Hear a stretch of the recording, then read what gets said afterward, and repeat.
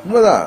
முதலமைச்சர் பொறுப்பாக தான் போன சனிக்கிழமை இருந்து அவர் செயல்பட்டு வருவதாக தான் தமிழ்நாடு அரசாங்கமாக இருக்கட்டும், காவல்துறை சரியாகத்தான் செயல்பட்டு வருவதாகத்தான் நான் நினைக்கிறேன்.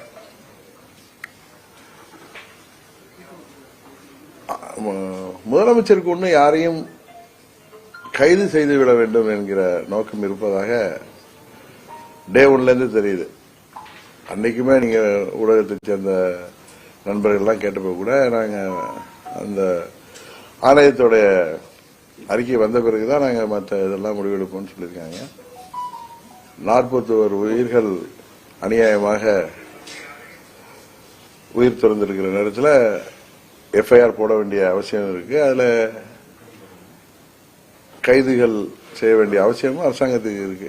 இது ஏதோ நான் அரசாங்கத்துக்கு ஆதரவா பேசுறேன்னு இல்ல, நடக்கிறதா நான் உங்களுக்கு தெரியும். நியூட்ரலா நம்ம பாக்குறப்ப, ஒரு குடிமகனா பாக்குறப்ப எல்லாம் சரியா தான் நடக்குது. இதுல தாவேக்கா ஒன்னும் திட்டமிட்டு இது செய்யல. இது ஒரு விபத்து தான். அவர்கள் கூட்டம் ஏற்பாடு பண்ணியிருக்கிறார்கள். ஆர்வத்தில் அந்த நிர்வாகிகள் அவர்கள் தலைவர் வரும் பொழுது நிறைய கூட்டத்தை காட்ட வேண்டும் என்றெல்லாம் அவர்கள் ஏற்பாடு செய்திருக்கிறார்கள். இருந்தாலும் அனுபவம் குறைவுனால அவங்களுக்கு அவ்வளவு தொண்டர்கள் வந்திருக்கின்ற இடத்துல அவர்களுக்கு உரிய அடிப்படை வசதிகளை, இப்ப நம்ம எல்லாம் கூட்டம் போட்டோம்னா ஆர்ப்பாட்டம் அறிவிச்சா வெயில் நேரமாக இருந்தா கூட அவர்களுக்கெல்லாம் குடிக்க தண்ணீர், பிஸ்கட் எல்லாம் கொடுப்போம், எல்லா கட்சிகளும் செய்வாங்க. அவர்களுக்கு தெரியாமல் இருந்திருக்கலாம். அது கூட அவங்க வேணுக்குன்னு செய்யல, நம்ம சொல்லல. அதற்கு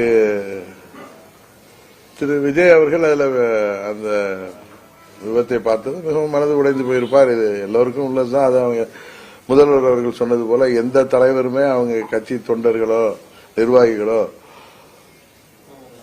இறப்பதை யாருமே ஏற்றுக்கொள்ள மாட்டார்கள், விரும்ப மாட்டார்கள் என்று அவர் யதார்த்தமாகவும் சொல்லியிருக்கார். ஆனா நான் நினைக்கிறேன் திரு விஜய் அவர்கள் இதுக்கு தார்மீக பொறுப்பேற்றிருந்தார். நேற்று நீதிமன்றம் கூட அவர் மீது அவ்வளவு கண்டனங்கள் தெரிவிச்சிருக்காரு. தார்மீக பொறுப்பேற்றிருந்தா ஒருவேளை அது பழி நம்ம மீது வந்து விடுமோன்னு அவருடைய ஆலோசகர்களோ இல்ல வழக்கறிஞர்களோ சொன்னதுனால அவர் அப்படி பேசியிருப்பாரோ அப்படி என்று நான் நினைக்கிறேன்.